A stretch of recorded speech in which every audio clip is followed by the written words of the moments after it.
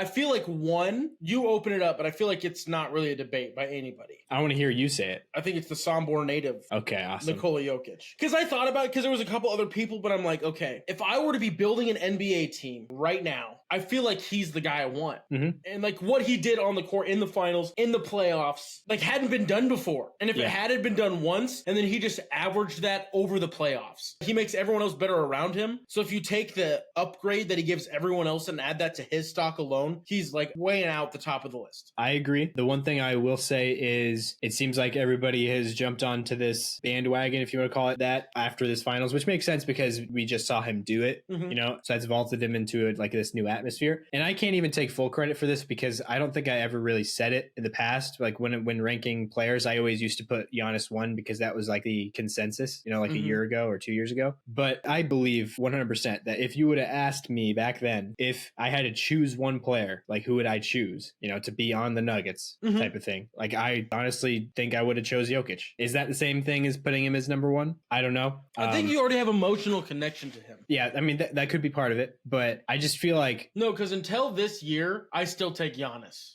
Not just postseason, this season. Yeah, I don't blame you for doing that. No. I'm just saying that I disagree. Yeah. I feel like this entire time, I feel safe when the ball is in Jokic's hands. Do you know what I mean? The way you feel when Jokic has the basketball is the opposite how I feel when CJ Wilcher has the basketball. Yeah, that's going to be a thing that almost no one gets, but if you know, you know. Yeah, so Jokic, I just feel like he's the only person, it's the only thing in this world that gives me that kind of feeling. You know what I mean?